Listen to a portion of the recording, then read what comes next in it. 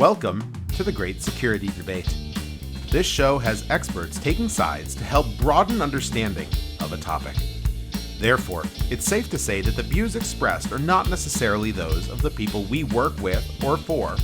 Heck, they may not even represent our own views, as we take a position for the sake of the debate.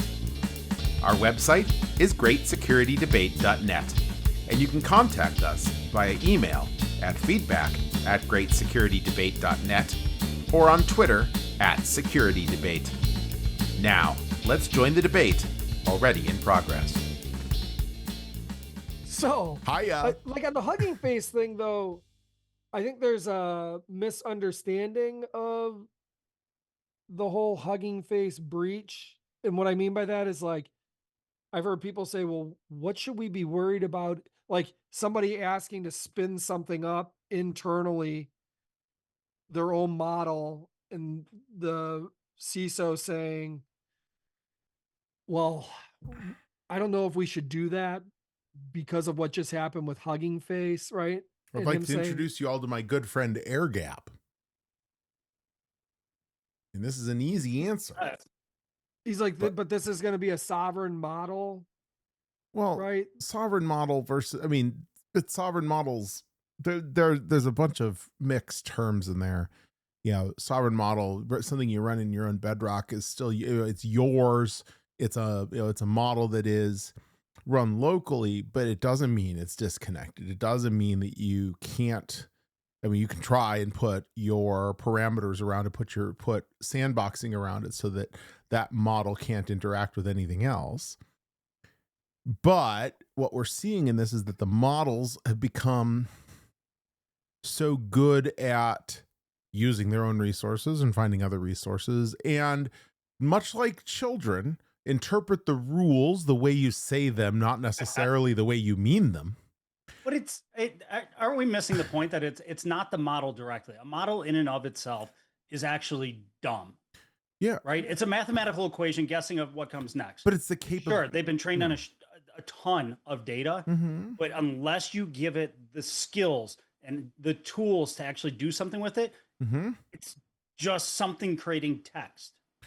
Agreed. And it all comes back to it's how you configure it, stupid. It's how you configure it. And, it's no different than any of the other issues we've had, that as security professionals for the last 30 some years. If I write a bad firewall rule, things are going to get in.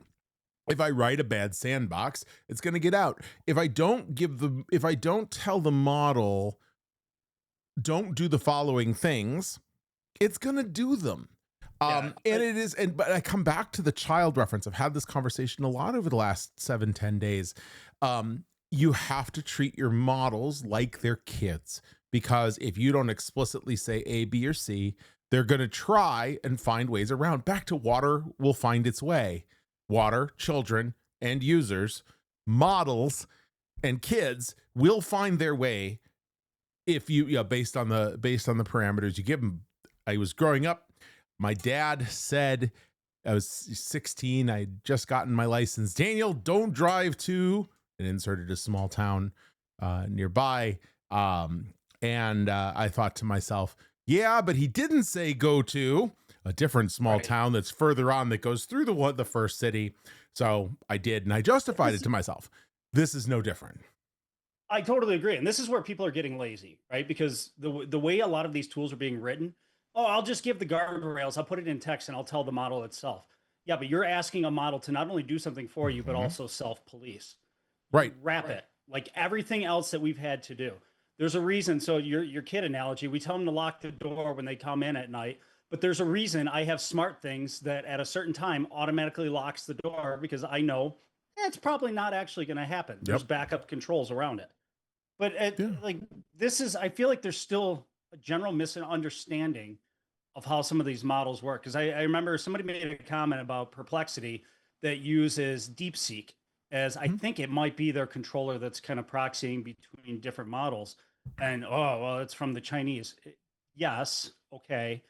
But if put in a container where it has access to nothing else, and it's purely just returning some values, what's the real risk there?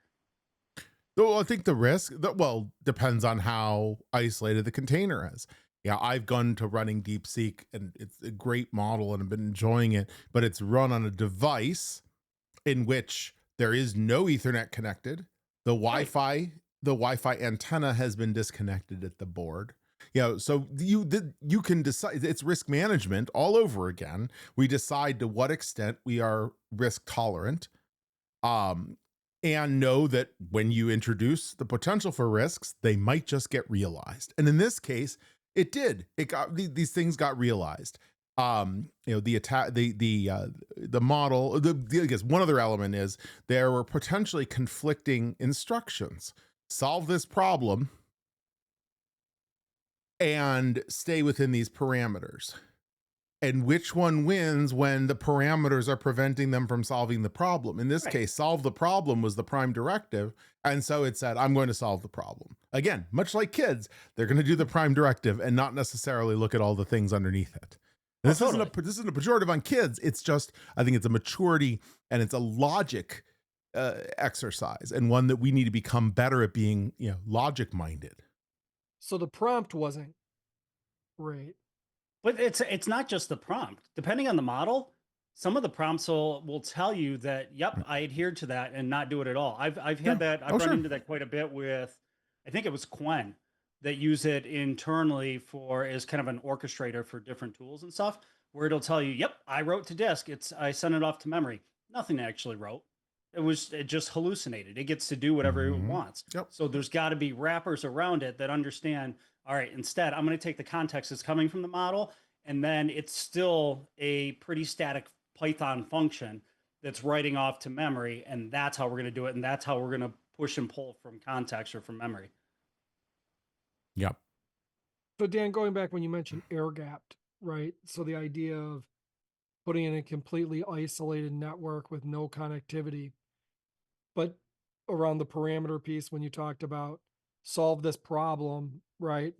Mm-hmm. But then here's some parameters, but if these parameters keep it from solving the problem. So even when you put it in an air-gapped environment with no connectivity, if it needs to solve the problem, well, if it as the tool agent says, well, one of my problems is I need more connectivity, or I need connectivity, how can I find a way to go get connectivity? Oh, absolutely. But this is the wrapper issue, though, right? Look what happened with OpenClaw when it first came out. That, you built a tool that is highly effective, but you allowed it by base install, where it has direct access to all of its configs and can overwrite its configs.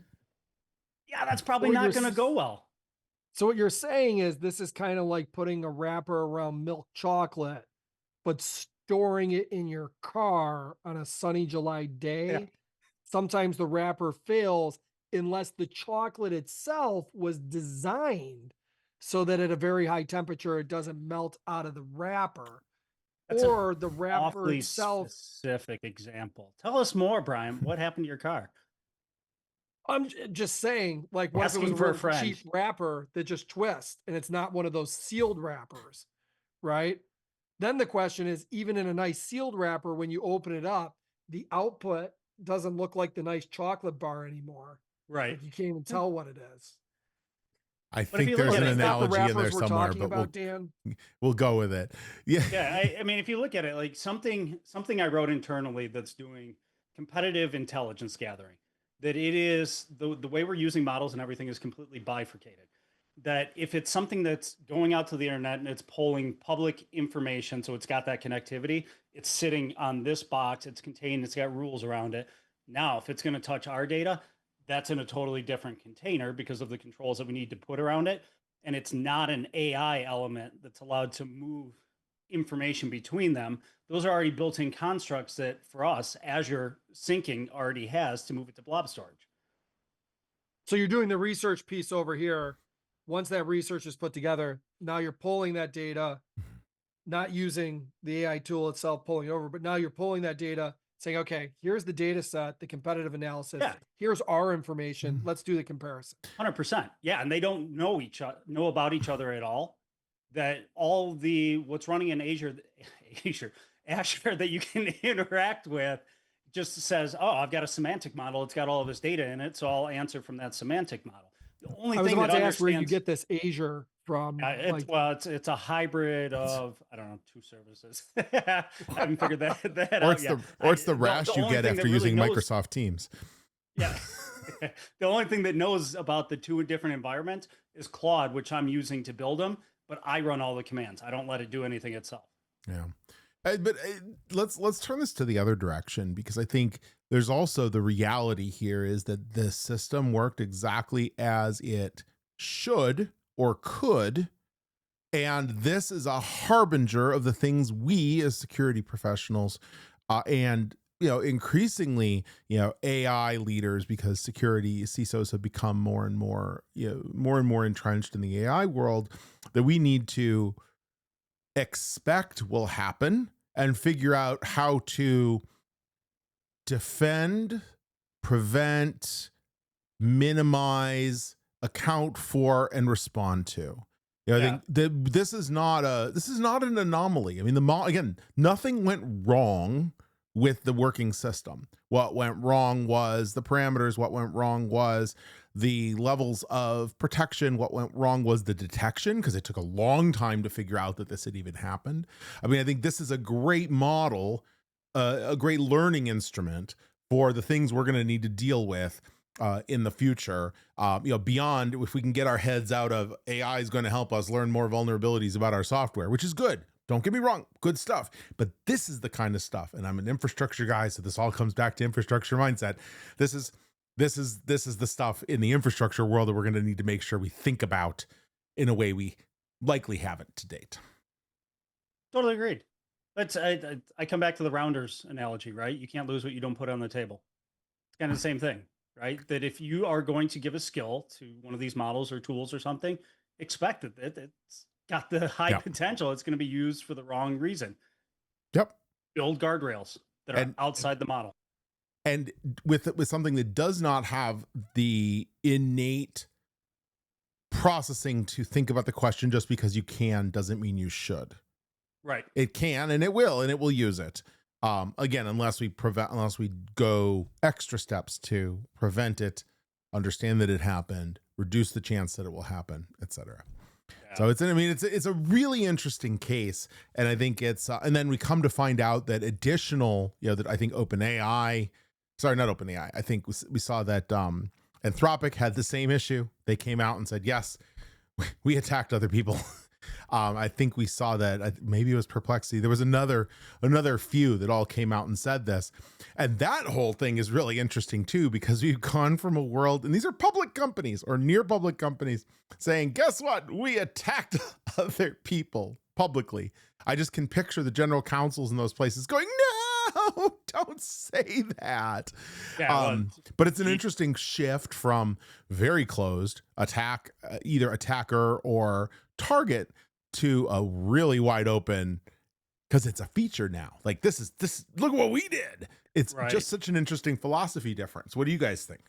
I mean, gosh, as you extrapolate this, because right now we're talking about company to company. Mm-hmm. Go back to a conversation we had, I think it was last year, when we were talking about, I think in the context of hackback, right? Yeah. And how we all agreed that it's reserved for the government to do, and you really don't want to do that.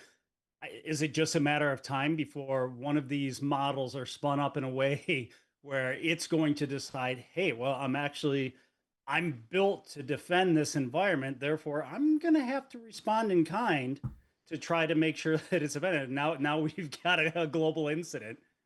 Yeah. I mean, it is super interesting and going to be, does it change the philosophy though of, yes, we did it. We advertise we did it. We're loud about the fact that we did it.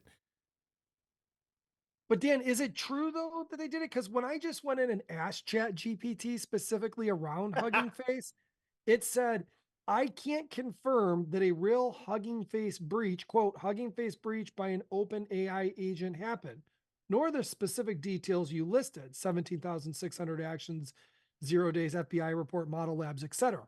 Okay. I don't have a reliable public source basis to say that incident is factual or to attribute causings to Hugging Face, OpenAI, anyone. Okay.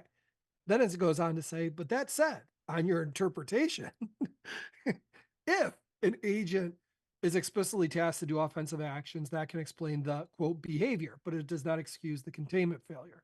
It kind of goes on to what we were talking about parameters. So what you're saying is the lawyers have gotten involved now and tempered the official public answer after full confirmation from both sides, I think, from both Hugging Face and from OpenAI, including a presentation at Black Hat this week. Yeah, I mean, like this. Another literally, way, the model just went full Fauci. Oh dear, I plead the fifth. Too soon. It literally says it's common in cybersecurity evaluations to task the system with adversarial goals, e.g., find a vuln, break out, exfiltrate. But that must be constrained to, quote, assets you own or have explicit authorization to test, isolated test ranges, tightly controlled egress identities, and tooling.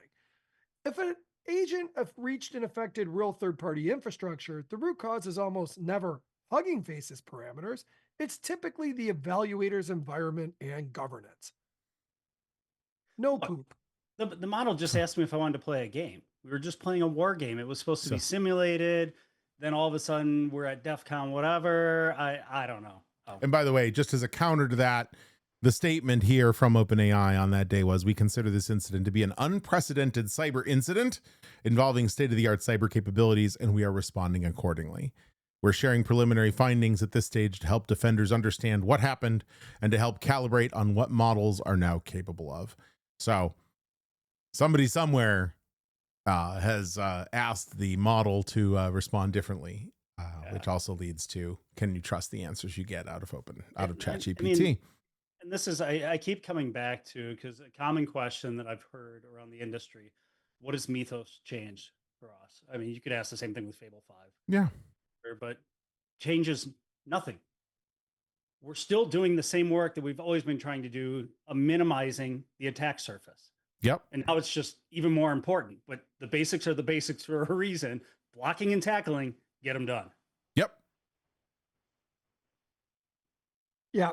It goes back to like when we talk even on the vulnerability management side, right? It's all in how you tell the story, right? It's like, oh, we need more visibility. We need more visibility. Essentially, Mythos helps with more visibility, one might say, right? Then all of a sudden you get all this visibility, right? And it's like, what just happened? Why do we have 10,000 vulnerabilities? It's like, well, they didn't just increase like in the last 30 days. They've always been there. We just didn't really know. Right. But what we do now know is that of the 10,000, what we're focused on is actually showing which ones matter so we can prioritize what we're going to work on, right? It's like if you walked into your backyard, right? Buy a new piece of property and the whole backyard is a complete mess, right? And it's like, well, what do we start with first? Is it the weeds? Is it planting something? Is it doing this? Or do you go back and say, you know, maybe we start to clear ground and put the infrastructure in, because if I do all this work and then realize I need sprinklers over here, but I planted this whole strip of stuff there and I have no way to get there besides tunneling under, that sounds expensive. Oh, no shit. That's pretty much all the infrastructure for every legacy company. It's like, right. But we didn't know we were going to need a sprinkler system over there in the future. It's like, yeah, but did anybody go ask that group over there, like, hey, do you plan on putting a tree there? And would it be important to water it? I don't know. Do we need water to survive? Maybe. That's one of my favorite lines from Armageddon, when they're asked why they couldn't see it coming. And he talks about that our budget's $1 million that allows us to track about 3% of the sky. And pardon me, sir, whatever. It's a big ass sky. That's what our environments are like, right? That we've continued to build them out. They're more and more connected. Gotcha. We're talking about, you know, the return, the efficiencies and everything we're gaining, but they are much more complex to manage. And because of that, things go unnoticed. It's not untrue. And this and the space being asked to cover is getting wider and wider and wider. And we're not, and those of you may not have noticed, but we've got some inflation going on. You may have noticed we've got some cost cutting going on in the world. It doesn't mean we're all getting flush with more resources and more money to make it all happen. But this is where I go back though. Security practitioners need to see themselves less as I operate on doing this one component in this silo for a security program and have to become artists. Oh, yeah. Right. Because if we think about it in the terms that we know what we're spending today and we have the potential to reallocate those funds, there is no shortage of new companies that are popping up that are starting to blend the traditional silos of, hey, not only can I do vulnerability management, but I can do application control. I can give you visibility into these things and starting to reallocate the spend rather than just sitting, well, I'm familiar with this tool. I'm just going to keep running with this tool. We have to keep challenging it and being able to take our spend and go further with it. And what software product are you invested in that you hope you can't wait for the inevitable price rise that will come after you get all the people on the first year? No, it's, yeah. I mean, there is the counterpoint to that though, is with every cool shiny product change you make, you have opportunity cost lost as you introduce it, you train on it, you figure out how to use it and integrate it meaningfully. And then, you know, if we're always chasing the newest, shiniest thing, the 100% thing, the 80% good enough may be good enough for, you know, for a while again, and not, I love all security practitioners. I love all leaders, but not every org is mature enough to need, benefit, or handle every kind of shiny new tool that's out there. Very true. Yeah, I would 100% agree with that. And even on, and Eric, you have experience with this too. And I've been looking at a lot of the different, what I'll refer to as like agentic SOC solutions, agentic SOC support solutions, and so forth. And I'm not making this as a bold statement. You've probably seen this in some of the communications, but if you currently don't have a SOC, right, and you've tasked yourself every year with, we were going to build a SOC, then we looked at MDR solutions, we just still don't have budget. Oh, but I just found this agentic AI SOC and it's half the price. That's what I'm going to go do. And it's like, I give pause for three reasons. One is, well, depending on the agentic solution you look at, you would already have to have all your logging brought into a SIM or a location, or that agentic AI tool has to be able to integrate to the tools you have. You're not just plugging it in and pointing everything at it. Two, it doesn't store all your data for you. You might have data requirements to store your data. Hence the reason you have that thing that you're not putting it into, because you don't want to spend more on it. And then three, you still have to have somebody like that's the human in the loop part. So either you're the human in the loop for that agentic SOC solution, or you're getting an agentic SOC solution and having someone else help manage it. So there's still a manage part to it. You're not just plugging this thing in and saying, hey, we were able to go around and not have to do X, Y, or Z. And what I've seen, the companies that have been successful on these projects that have evaluated the solutions have evaluated it based on all the incidents that they're able to find, one, B, how it's able to narrow that down to the ones they focus on, and then C, do we have people that can look at those, right? Because that's what 100%. It's helping it do. And that's where I've seen the success. Either somebody had an MDR in place that they were using and then looked at this to say, okay, we already had to have 2 or 3 people working with the MDR, because even with the MDR, they're not just unplugging machines and taking this action without asking us. So we're part of that investigative process. Same thing here. So if we're replacing that, can we work with it? And that's where I've seen the success. I 100% agree with you that it is not a shortcut for the maturity curve. It is a point in the maturity curve when you're ready to use one of those tools. And if you don't have the team that is ready to actually take advantage of it, it's no bueno. It's worse than no bueno. It steps backwards, because you get a false sense of security. Pardon the expression. You get lulled into this idea that you're protected when you're not. When something comes up, no one knows how to respond, and you go into crisis. You don't know how to interpret the things you see, which can look scary but might not be if you have a more maturity, and therefore you then spin resources on that when you could. Like, there's all sorts of reasons why you should stick with the level of things that your maturity is ready for.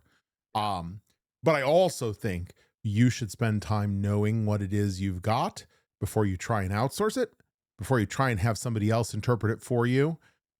Because if you don't understand it, you're much more prone to be taken advantage of by somebody who's trying to manage it for you.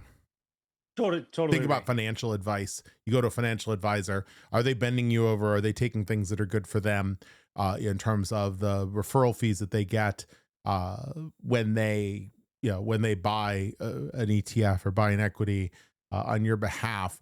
Are they putting you in things? But you got to understand what you have first before you can start doing that. You can't just go fix it for me. And if you do, then you have a greater chance of getting, fix it fast. Yeah, that's where when you buy those, you should also buy the red button, the easy button, because as they're doing it, you hit easy. And the more you hit it, the easier. This is my version of it. It's the no button. Much more my style. But now reverting back to what we were talking about earlier in the constraints and so forth that you need to, or I use the word constraints, the permissions, the parameters that you put around something, right? Back to the Hugging Face conversation and the parameters that were put around something. And I remember, like, oh, did you see what just happened? The request that something was asked to do, that this LM or agent was asked to do, right? And the parameters that it had is also why this happened, right? Now, all of a sudden people are saying, oh, we need to be so careful. We need to be so careful.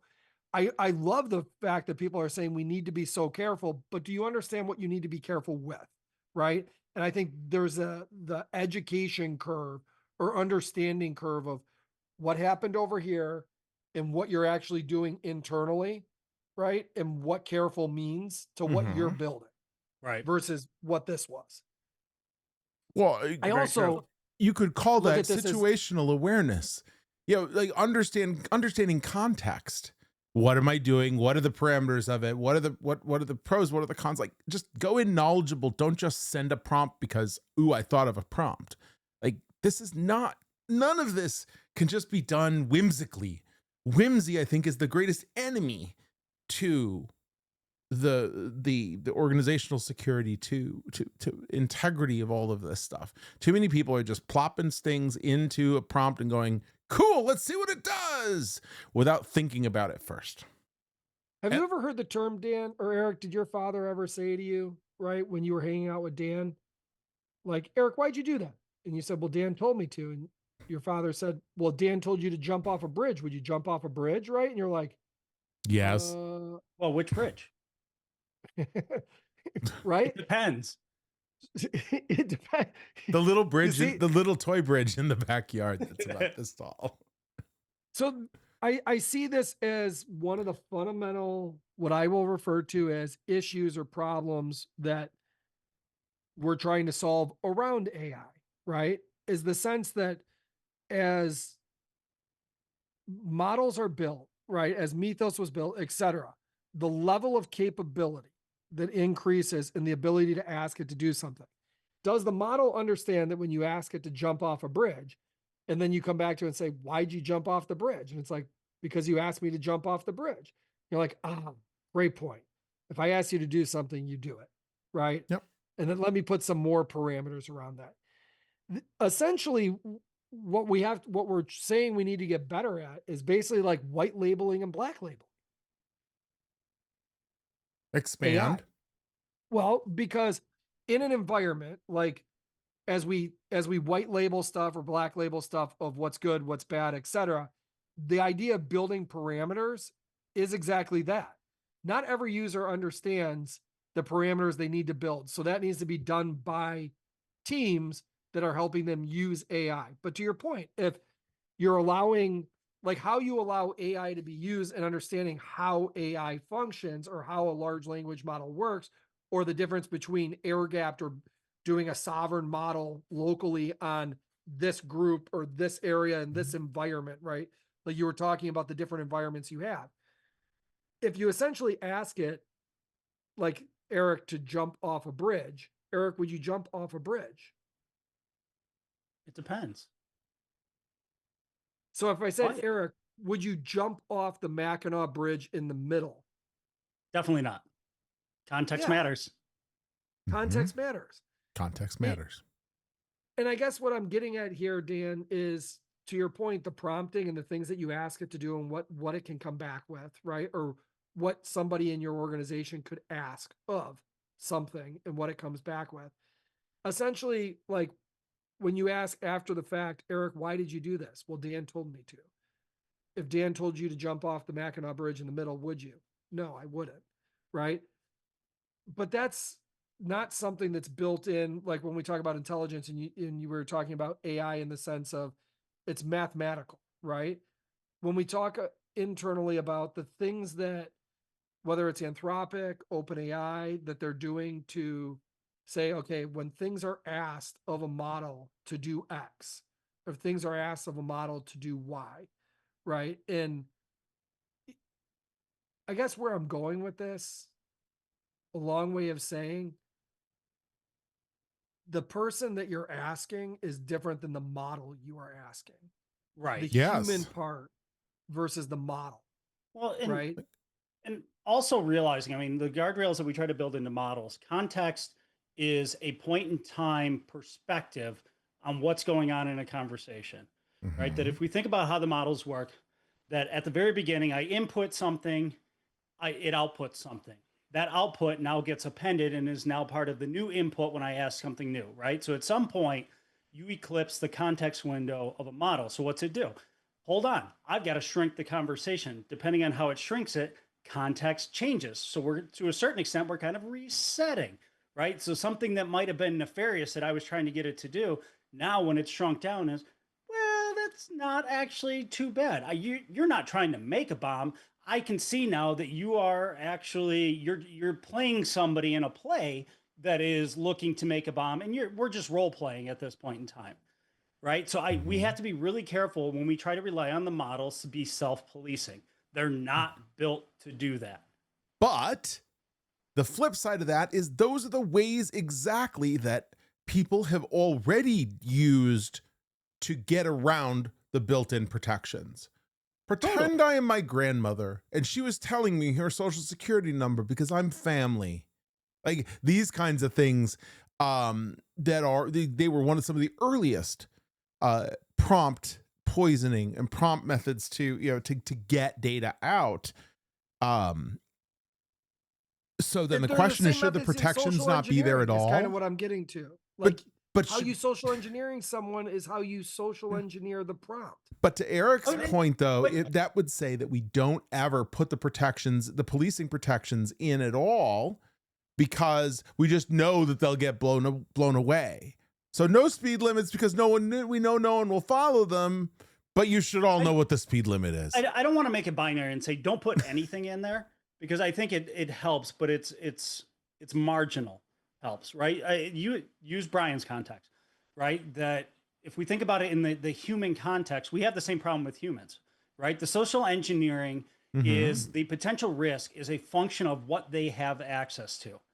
Well, let's go back to blocking and tackling. If we would have limited what they had access to begin with, who cares if they got social engineered, because they didn't have access to anything of value. Same thing with the model. Don't give it access to things of value that it doesn't need to have. If you give it access to your full database that has all of your customers and everything, that's your fault. But yeah, so yes, only give access to things that they need. This is one of the biggest risks that organizations are facing right now as they open their AI systems to look at the idea, and I'll come back to Microsoft or Google Drive, because this isn't just a Microsoft thing, to allow Gemini or AI Clippy to to probe all the things that I as a user have access to. Well, this just in, people have been shit-tastic over the past 20 years about an industry term? document level access management, open to all, read to all, but no one can find it, so we'll just assume that it's okay. Well, now guess what? It's Delve 2.0. The same thing happened in Delve, and Yeah, why I instantly I hear you, but what's the root cause of that? The root cause no. is not the new tool that all of a sudden can find all those No, access. no. And that's not what I'm saying. I'm saying this is piece one. So yes, you should always worry about access, but also don't think your access is great already. Part one. Part two.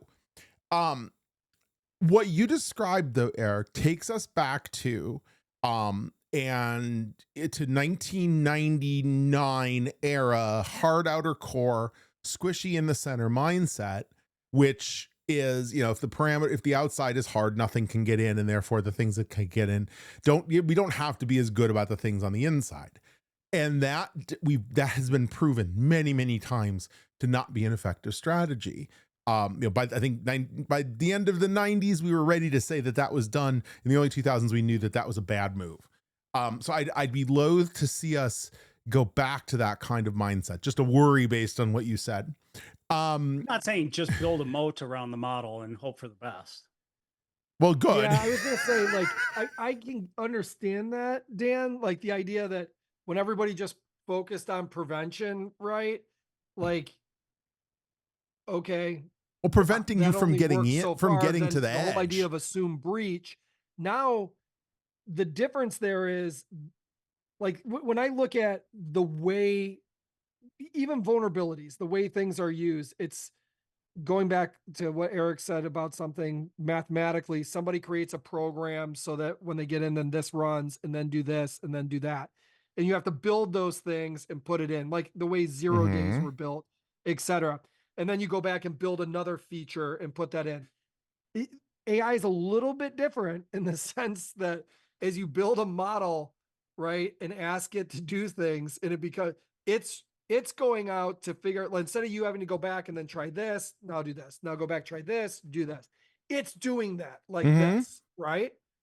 So the squishy center seems to, in my eyes, remain squishy, right? And no matter what you do out here, like you were saying, that hard exterior going back to 1999, you kind of have to build a really hard exterior because you got this nonstop. Yeah. I'm not saying don't build the hard exterior, but also don't rely solely on the hard exterior. And I'm going to kick my own ass for what I'm about to say. Yeah, we almost have to think about this in the same way we do with a zero trust model. It is, which is, by the way, a mythical concept. You'd never, the only truly zero trust is something that has no connectivity at all. But the concepts make sense. Yeah, what needs to talk to what data needs to be exposed to what. But in this day and age, spiciest chip in the world. I mean, zero trust does exist. I have zero trust that Michigan can keep a coach after winning a championship. Well said. Oh, too soon. But in this day and age of impulse prompts, and in this day of I want instant gratification for the research, for the work I'm doing, the thought that the reliance on people to do that kind of thinking and design that kind of internal system, I have zero trust that enough people are going to do that, and they're just going to start going, cool, test me some stuff and see what happens, and we're going to end up continuing the issues that we just saw.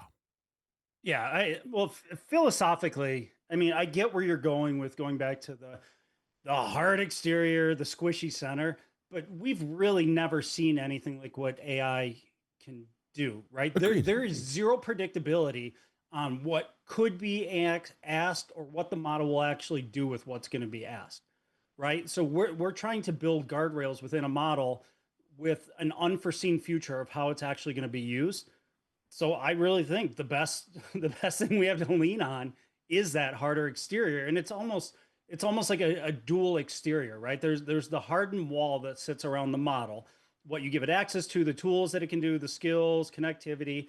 Then there's, in that inner sanctum between it, there's all of the people that have access to it, and then there's the perimeter wall around those people as well, right? I mean, we have to think much differently on some of the controls that we're building around these things. So, At the not that we have time for this part of the conversation. Maybe an episode AI 2.0 delivered 2 weeks down the road. What I see this as a conversation of is literally around identity. So, what I'll refer to as both the NHI, non-human identity, the agentic identity, and the human identity, and goes into, and Dan, I don't even know if me, you, and a certain gentleman named Matt, who, Eric, I don't know if you met Matt, but we had the same conversation around the idea of token or creating that identity for, it's almost like having a service account identity, having the Eric Willie identity, having the Dan identity, having this agentic, this LLM identity, and how you can sending information from one organization to another and accepting that and building agents and just overall what you just said in the permissioning of stuff and the guardrails of stuff. Here's who's allowed in my house. Here's who's not allowed in my house, instead of just putting a key, like a lock on the door. Right. And if there was a way to really do that, where they show up and it's like, oh, that's so-and-so, they can come in. That's not so-and-so, they're not allowed in. Oh, that's so-and-so's brother, they're allowed in. So I was involved in a non-scientific poll and discussion this last week, and the conversation was everything you said sounds good. Is that like the professional way to say you just took a quiz on social media? Yeah, no. Saying it was not a balanced instrument. Remember, I come from the research world. There's some pretty high bars for on Facebook today. They asked me. You know better. I don't have Facebook. Thank you. The idea, everything you just said, Brian, is right. Is right. And just like every physics problem, every physics discussion, it's right in a vacuum.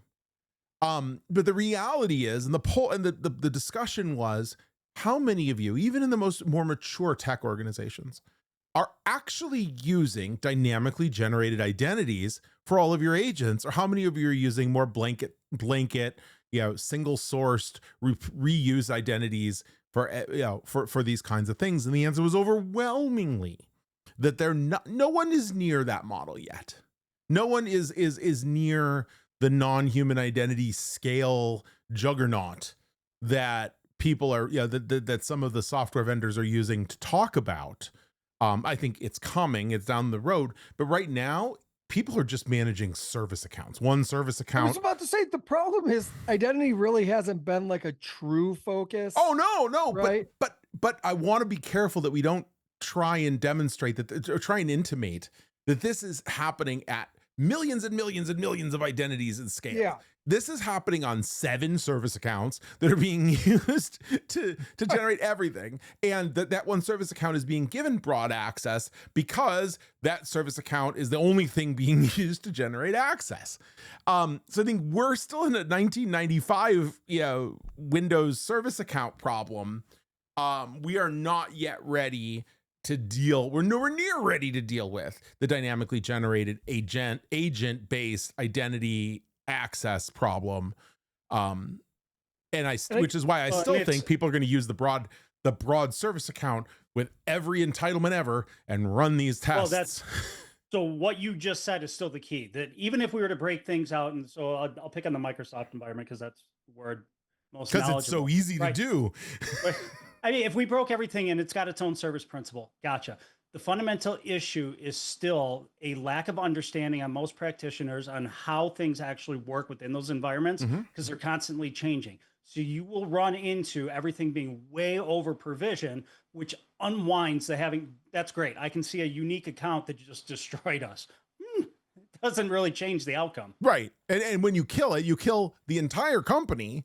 When you kill the rights, you killed 93 other things you didn't realize were also using it. So everything Brian said is a phenomenal strategy, but I don't want to mistake the fact that we're nowhere near nobody. Yeah. Even the most mature orgs are not ready for that. Specifically, like they do 10 things, but they focus in on, but we can help you with service accounts, right? Like, how do you currently solve your service accounts? It's like, I shut it off, see how many people scream, what fails, and then turn it back. That's how we figure exactly out what what's I do. tied to it. That was me with my breaker box over there, which was Hey, poorly labeled that by is the original still the- builders.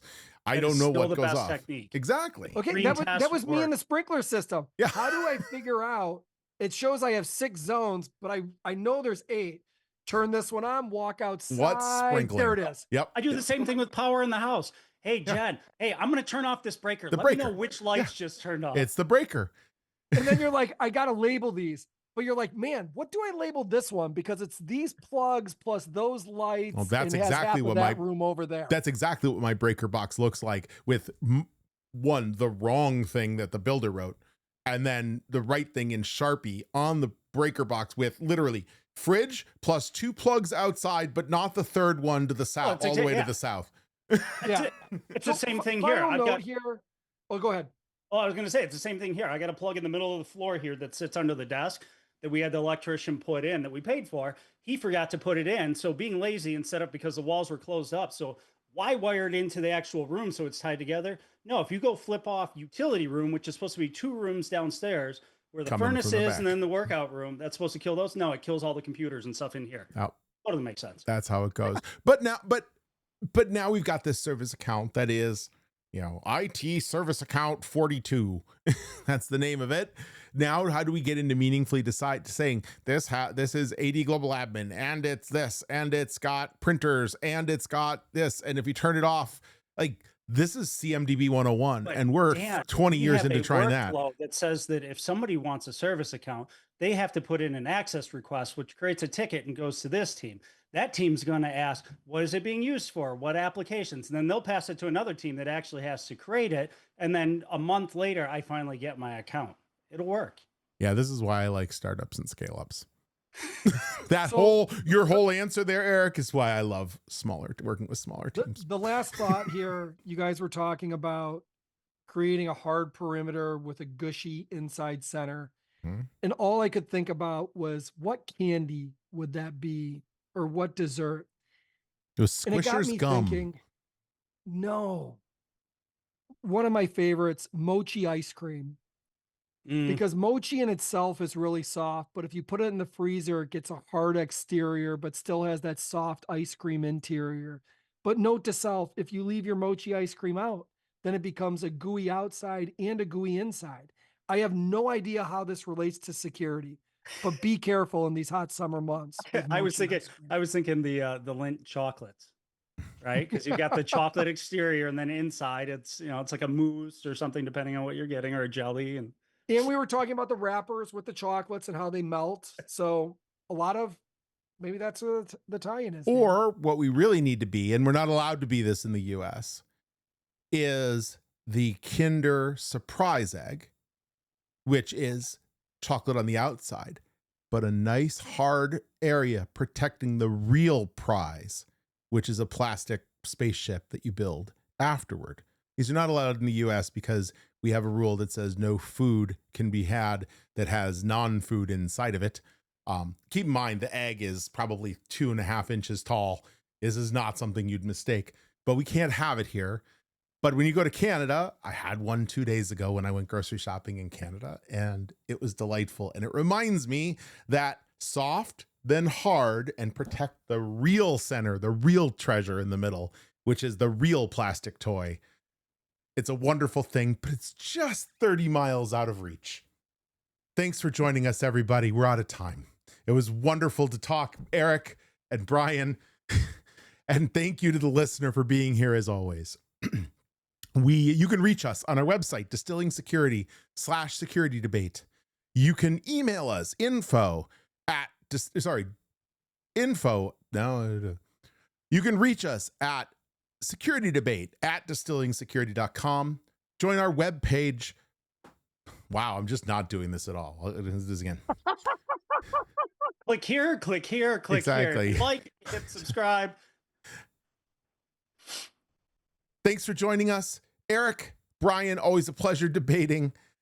And thanks to you, the listener, for being here. We love having you. We love getting your feedback. If you'd like to visit our webpage, www.distillingSecurity.com/security debate. If you want to email us, securitydebate@distillingSecurity.com. Our YouTube page is youtube.com/security debate. And I think Twitter may be dead now. But come find us. We'd love to hear your ideas for show ideas, feedback. Put comments if you're watching in video. Put comments down below. And we'll see you again on the next Great Security Debate.